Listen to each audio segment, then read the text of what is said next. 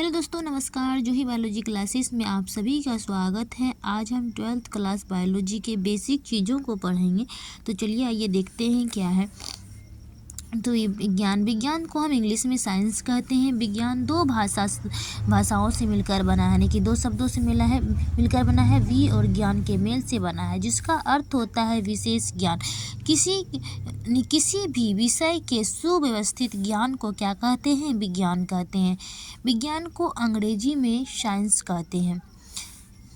इसकी उत्पत्ति लैटिन भाषा के शब्द संस्टिया से हुई है, जिसका अर्थ है जानना। अर्थात विज्ञान का मूल भाव वास्तविक ज्ञान से है। साइंस के 3 पार्ट हैं, यानी कि पहला खगोलीय विज्ञान, दूसरा प्राकृतिक विज्ञान और तीसरा है भूगर्भ विज्ञान। प्राकृतिक विज्ञान नेचुरल साइंस को 2 भागों में बांटा गया है। पहला है आपका भौतिक विज्ञान फिजिकल साइंस, दूसरा है आपका जीव विज्ञान जिसे हम लाइफ साइंस कहते हैं। इसमें भौतिक विज्ञान यानी कि फिजिकल साइंस को 2 भागों में बांटा गया है, भौतिकी यानी कि फिजिक्स और दूसरा है रसायन शास्त्र जिसे हम केमिस्ट्री कहते हैं। और जीव विज्ञान लाइफ साइंस को 2 भागों में बांटा गया है। पहला है हमारा वनस्पति विज्ञान जिसे हम बॉटनी कहते हैं, दूसरा हमारा जूलॉजी यानी कि जंतु विज्ञान जिसे हम जंतु विज्ञान कहते हैं। खगोलीय विज्ञान हम किसे कहते हैं? इसके अंतर्गत खगोलीय पिंडों की संरचना एवं गति का अध्ययन करते हैं, उसे क्या कहते हैं? खगोलीय विज्ञान कहते हैं। दूसरा है हमारा भूगर्भ विज्ञान किसे? इसके अंतर्गत पृथ्वी की आंतरिक संरचना तथा इसमें पाए जाने वाले पदार्थों का अध्ययन करते हैं, इसे भूगर्भ विज्ञान कहते हैं। और जीव विज्ञान बायोलॉजी जिसे हम इंग्लिश में बायोलॉजी कहते हैं। बायोलॉजी शब्द का प्रयोग सर्वप्रथम लेमार्क फ्रांस एवं ट्रेनिवेरस जर्मनी नामक वैज्ञानिक ने 1801 से 1802 ईस्वी में किया था।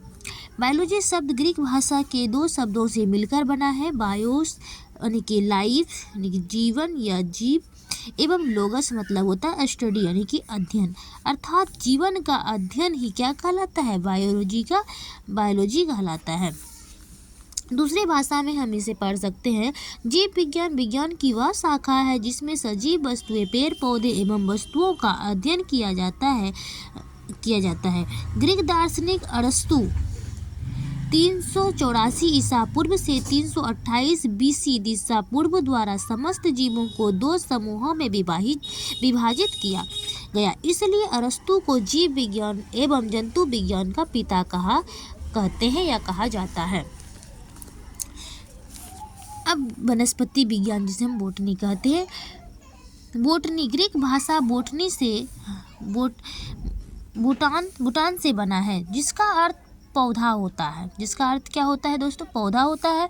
अतः वनस्पति विज्ञान जीव विज्ञान की वह शाखा है जिसके अंतर्गत पेड़ पौधों का अध्ययन करते हैं, वो वनस्पति विज्ञान कहलाता है। थियोफ्रेस्टस को वनस्पति विज्ञान का पिता कहा जाता है या पिता कहते हैं। जंतु विज्ञान जूलॉजी शब्द भाषा के जोन से बना है, जिसका अर्थ जंतु होता है। अर्थात जंतु जीव विज्ञान की वह शाखा जिसके अंतर्गत जंतुओं का अध्ययन करते हैं, उसे हम जंतु विज्ञान कहते हैं। अरस्तु को भी जंतु विज्ञान का पिता कहा जाता है या कहते हैं। कोशिका विज्ञान साइटोलॉजी जिसे हम इंग्लिश में साइटोलॉजी कहते हैं। जीव विज्ञान की वह शाखा जिसके अंतर्गत कोशिका बनावट एवं संरचना का अध्ययन करते हैं, उसे हम कोशिका विज्ञान कहते हैं। कोशिका का खोज रॉबर्ट हुक ने 1665 ईस्वी में किया था। कोशिका का खोज किसने किया था? रॉबर्ट हुक ने 1665 ईस्वी में। अब है हमारा ऊतक विज्ञान किसे कहते हैं? हिस्टोलॉजी इसके अंतर्गत ऊतक का अध्ययन करते हैं। इसके अंतर्गत जो है हम ऊतक का अध्ययन करते, जैसे कि ब्लड हो गया। और हमारा है आंतरिकी किसे कहते हैं? एनाटॉमी जीव विज्ञान की वह शाखा जिसके अंतर्गत पेड़ पौधे एवं जंतु के आंतरिक रूपरेखा का अध्ययन करते हैं, उसे एनाटॉमी कहते हैं। अब आकार की मॉर्फोलॉजी जिसे हम हिंदी में आकार की कहते हैं।